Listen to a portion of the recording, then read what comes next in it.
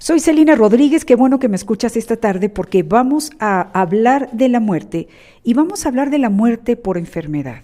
Yo creo que muchos de nosotros hemos tenido un ser querido que tiene una enfermedad larga, que representa una agonía fuerte, que ya no hay nada más que hacer, más que esperar un amigo que queremos mucho. Estamos con Mario Guerra, quien es especialista, diplomado como psicoterapeuta breve en el Mental Research Institute en Palo Alto, licenciado en psicología, máster en tanatología, que son estudios sobre la muerte en España, certificaciones internacionales, en fin, la lista es larga, asesor en instituciones, en universidades. Mario, qué gusto tenerte aquí y sobre todo a mí me gusta mucho entrevistar a especialistas, a personas que sí saben sobre temas tan delicados como es la muerte. Gracias, Selina, un gusto estar aquí contigo y con todo tu auditorio que nos escucha.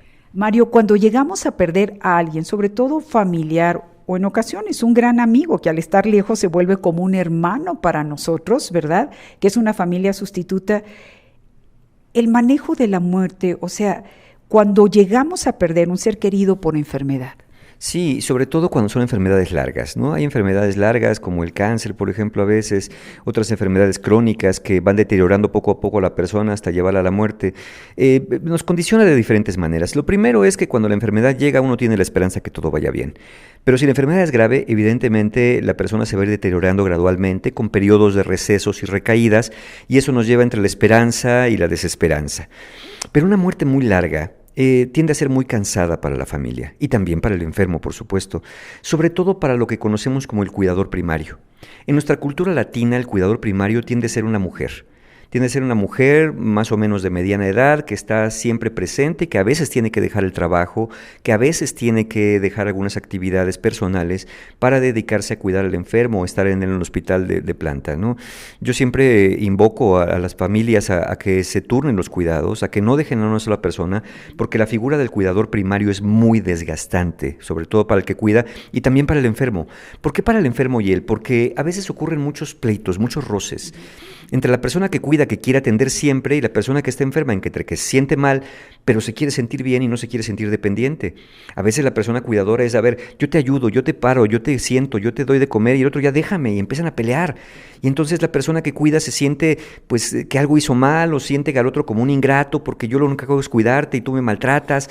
Es un gran roce cuando hay una sola figura. Entonces el primer mensaje es turnarse los cuidados dentro de lo posible. Pero también es muy desgastante. Es muy desgastante ver y muy doloroso ver cómo la familia, el ser querido se va consumiendo poco a poco. Cómo de antes de haber entrado al hospital caminando, después sale en silla de ruedas o con bastón y un día ya sale y entra en camilla y un día ya no sale del hospital. A veces los cuidados son en el hospital, pero a veces son en casa y uno se siente muy mal de este deterioro, los ven que van adelgazando, hay síntomas de todo tipo que nos hacen ver que la cosa no va bien y esto se convierte en algo que de pronto uno llega a pensar, híjole, está sufriendo mucho. Yo creo, Señor, mucha gente que es religiosa dice, Señor, pero ya quítale ese sufrimiento.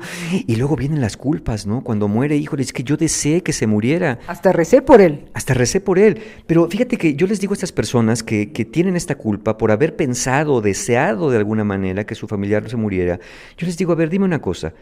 ¿Tú querías que se muriera o tú querías que ya no sufriera más? Y de inmediato me contestan, no, es que yo no quería que sufriera. Le digo, entonces no deseaste la muerte. Lo que le deseaste fue la liberación del sufrimiento.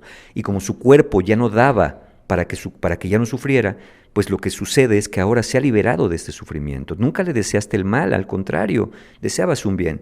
Y eso de alguna manera reencuadra a las personas en este deseo, porque muchos piensan, yo lo causé porque yo se lo pedí a Dios, que lo sacara del sufrimiento, y mira lo que pasó, yo tuve la culpa.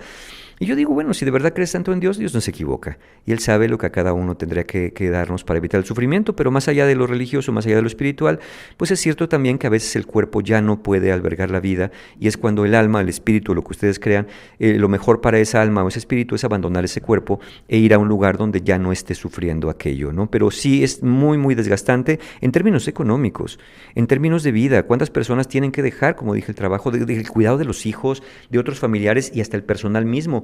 Hay personas que se quedan en el hospital, por ejemplo, los que nos oyen que tienen familiares en México, en otros países, se quedan a dormir en el hospital, no se bañan en días, mal comen, están sentados, sujetos al sálgase, entre, y eso es muy desgastante. Personas que van a ciudades, que viven en pueblos pequeños, que tienen que ir a centros de atención médica, que tienen que tener otra cultura, otra atención, y eso también modifica la vida y eso desgasta mucho.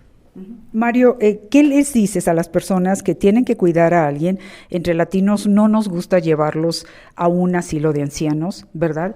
¿Qué les dices a las personas que les está tocando el cuidarlos? ¿Cómo relacionarse? Tendemos con el paciente, con el enfermo, con el ser querido. Tendemos a sobreprotegerlos. Yo tengo ahorita una amiga, ya en sus 90 años, la voy a ver y no, mi gatita, no, espérate, yo te llevo, a ver, apóyate en el bastón. Me da pánico que se me vaya a caer porque ya se ha caído. O sea, no queremos que les pase nada, pero a la vez yo creo que los llegamos a sofocar. ¿Cómo nos podemos relacionar con ellos? ¿Qué les dices? Yo creo que hay que ofrecerles alternativas de ayuda. Primero, decirle, mira, ¿quieres que, si sabes que si se levanta se va a caer porque ya ha pasado, le dices, mira, ¿quieres que te ayude a levantarte o quieres que te acerque la andadera o un bastón? Es darles a escoger esto, ¿no? No es decir, o a veces se puede, te ayudo o no te ayudo, dime en qué quieres que te ayude. Muchos enfermos de enfermedades largas, valga la expresión, se sienten una carga para la familia. Y me lo han dicho a mí, es que yo no quiero ser una carga, yo no quiero que mi familiar cargue conmigo. Y yo les digo, yo siento que para ellos no eres una carga, pregúntales a ellos y te van a decir que no eres una carga, porque no lo eres. Pero también debes de pedir ayuda, también debes dejarte ayudar. Pero tampoco debemos anular al enfermo, a reducirlo a una persona que no tiene la capacidad mental. Mientras pueda decidir, decide qué quieres hacer. En lo que yo te pueda ayudar, cómo puedo ayudarte, y en lo que yo pueda ayudarte, lo voy a hacer. Y cuando quieras levantarte por ti mismo y caminar, voy a estar cerca por si me necesitas. Y te voy a dar el brazo y te voy a dar la mano si siento que lo necesitas, pero tú también pídeme que en lo que yo pueda también, porque tampoco ofrezcan en lo que quieras, ¿eh? A veces uno dice lo que tú quieras y a veces no puedes. Entonces, mira, en lo que tú pídeme y lo que yo pueda, con mucho gusto te voy a ayudar. Pero sobre todo recomiendo, ustedes que cuidan enfermos de enfermedades largas, si de verdad no tienen más familiares, si tienen, hablen con ellos y pídanles que se turnen de alguna manera. No digo que sea el tiempo 50-50 si son dos, pero al menos un 80-20 ya es de ayuda. Pero si no hay nadie alrededor, ustedes busquen alguna ayuda adicional, pagada si se puede, o algún vecino, algún amigo querido, para que se vayan 1 hora, 2 horas, a bañarse, a caminar, a despejarse, porque si se saturan mucho, ocurre un fenómeno. Aquel que cuida a un enfermo de muy largo tiempo, a veces sin querer, tiende a maltratar al enfermo. ¿Por qué? Porque está saturado. Entonces necesitamos espacios de ventilación, espacios de recreo, espacios de relajación, al menos 1 hora o 2 fuera de estas rutinas, ayuda mucho hasta cuidar mejor. Y ya para cerrar, Mario, a veces la familia, hay presiones o pleitos en la familia cuando uno de ellos con más visión dice, ¿saben qué? Pues se va a morir, tenemos que irnos preparando. Y a veces hay hasta pleitos, ¿no? Piensan que por irse preparando le van a dedicar menos atención en vida y menos recursos médicos, pero hay pacientes ya terminales.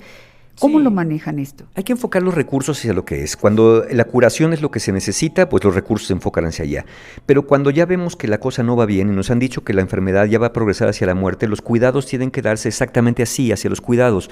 No hay que someter al enfermo a tratamientos innecesarios que lo van a atormentar más, no hay que someterlo a cosas extremas. Es el acompañamiento amoroso lo que se hace, evitar los síntomas dolorosos, evitar la fiebre, evitar la deshidratación. Sobre todo es bien importante evitar que el paciente se deshidrate.